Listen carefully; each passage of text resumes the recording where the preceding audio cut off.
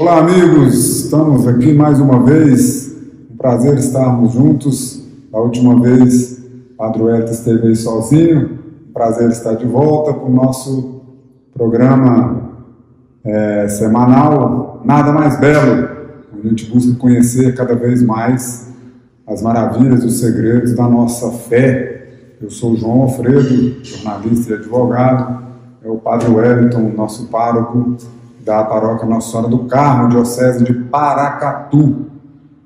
E hoje um tema até muito popular, não é, Padre? Isso aí, João. Primeiramente, assim, nós saudamos todos vocês também, mais uma vez. Nada Mais Belo é um programa que quer transmitir e revelar os segredos da fé católica, da fé da igreja. E é bom ter vocês de volta, João. Bem-vindo de volta. Muito obrigado, Padre.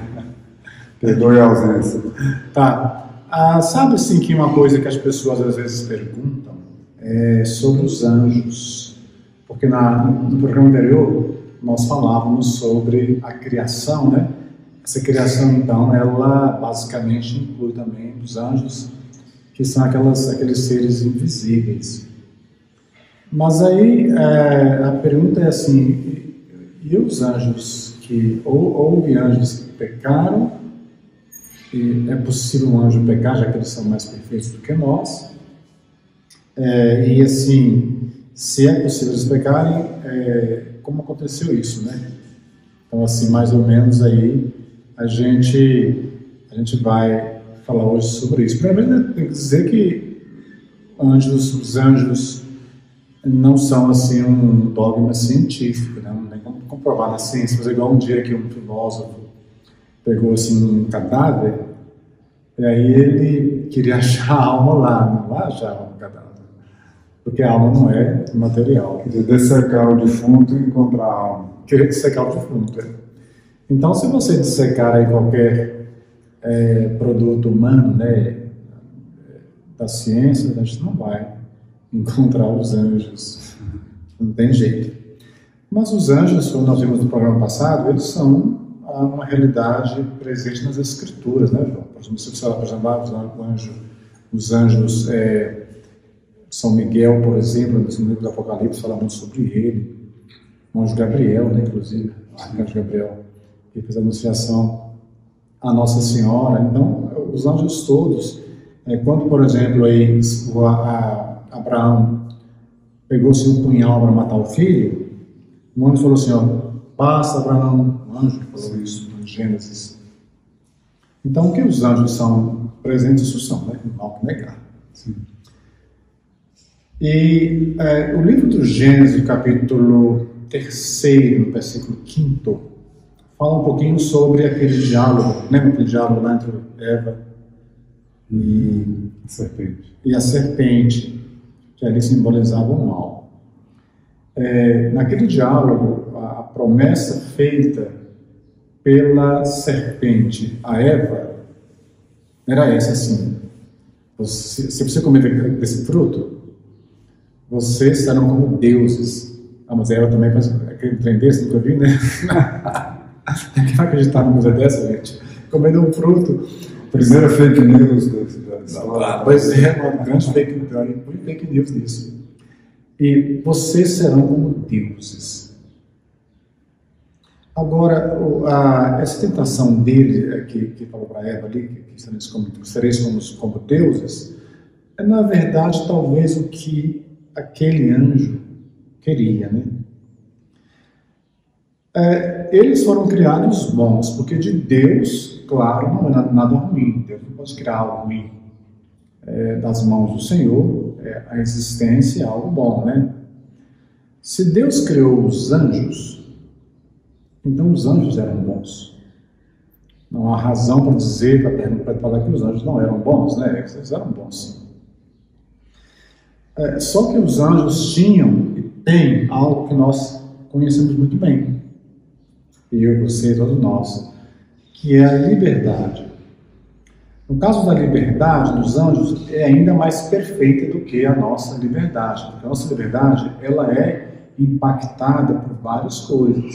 Nós somos pessoas humanas muito, muito mais imperfeitas do que do que os anjos. Se existe um anjo que fez aquela tentação para Eva, então quer dizer que a igreja ensina que houve sim anjos decaídos. Isso é, anjos que pecaram, que queriam ser como deuses, que queriam talvez ali, ultrapassar, tomar o lugar de Deus mesmo. Mas Deus, sendo o Criador, ele não pode, ninguém pode ultrapassar a Deus em potência, em poder e sabedoria, né? Ele já é a fonte da sabedoria. Então, a igreja ensina que esses anjos caíram. São a história de Lúcifer e os demônios, Padre? Exatamente, né? Lúcifer, que nós chamamos hoje que o catecismo da Igreja Católica, ali a partir do número 391, chama de Satanás. Satã, né? Ou demônio, que é Deus inferior. Para o demônio quer dizer isso, Deus inferior. Houve sim essa queda entre eles, não foram todos, e essa queda fez-los inimigos de Deus. É claro que Deus, por natureza, ele é perfeitíssimo. Inimigos de Deus quer dizer que essas pessoas se auto-excluíram, né? Esses seres, digamos assim, se auto-excluíram ali daquele nicho que Deus criou, chamado de anjos. Aí eles passaram então a ser inimigos de Deus e passaram a tentar, digamos assim, as pessoas humanas, como ele fez com Eva e Adão. Como eles são são seres perfeitos, com uma liberdade perfeita, por que, João, será que para eles não tem perdão uma vez que eles pecaram? Porque parece assim, quando eu peco, graças a Deus, a gente pode pedir perdão a Deus dos pecados, né? Sim. Se não fosse assim, nós estaríamos perdidinhos, no inferno direto. Por que será que o pecado de Lúcifer e os anjos caídos não tem perdão? Por que será isso, hein? Já pensou? É uma boa pergunta. Não é, então? Pense aqui o seguinte, olha, quanto mais conhecimento você tem, maior é a sua responsabilidade. Se você é um anjo, você tem assim uma perfeição naquilo que você faz, incluindo nas escolhas feitas, né? Quando eu escolho algo ruim, eu não consigo balancear com perfeição as consequências daquele ato. Eu sei mais ou menos, porque eu tenho um pouco de inteligência, mas os atos completos e totais eu não consigo, assim, vislumbrar bem, porque a minha vontade é imperfeita. A deles, não. Eles sabem exatamente o que fizeram. E quando a gente diz assim, que eles decaíram, não é nem tanto uma deficiência, claro que não, uma deficiência do poder de Deus, mas eles que se auto-retiraram. Então aí, e com eles, né, uma série de anjos, não sabemos dizer quantos exatamente, mas uma série de anjos criados bons também se perverteram. Como eles têm essa vontade perfeita, as escolhas deles são definitivas. Definitivas. Uma vez feitas, essas escolhas estão feitas. E eles, o demônio, o Satanás e os outros anjos sabiam exatamente o que queriam. Daí a razão pela qual deles foi uma escolha definitiva. Então, João, isso quer dizer que os anjos, esses anjos decaídos, eles têm um poder sim, sabe? Porque são pessoas, são seres perfeitos. Seres que têm uma perfeição, não como Deus, obviamente, mas uma perfeição muito maior do que a nossa, de seres humanos. É claro que isso é a realidade. Mas eles não são seres infinitos. Eles têm poder sobre nós, Padre? Qual o poder dos anjos decaídos sobre os seres humanos? É um poder limitado. É limitado porque eles não conseguem obrigar a pessoa a fazer algo. Mas o poder deles é de sedução. Eles podem seduzir você e enganar uma pessoa, como aliás ele enganou Eva, fazendo coisas, prometendo coisas, convidando para fazer coisas, inspirando para fazer coisas, mas aí, como eu falei, esse poder é limitado porque depende da pessoa humana querer. Se a pessoa não quer, ela pode resistir àquela tentação, né? Porque o demônio não pode ter poder sobre a pessoa humana. Se o demônio tivesse poder sobre o homem e a mulher, de modo que a pessoa ficava sem liberdade, vai entrar aquele princípio que nós já falamos aqui sobre a falta de liberdade, né? Então aí não vão imputar a mim nenhuma culpa, porque eu ajo por outro me obriga a agir. No caso aqui, o demônio nunca vai me obrigar a agir. Ele não pode fazer isso. Deus não deu para ele esse poder.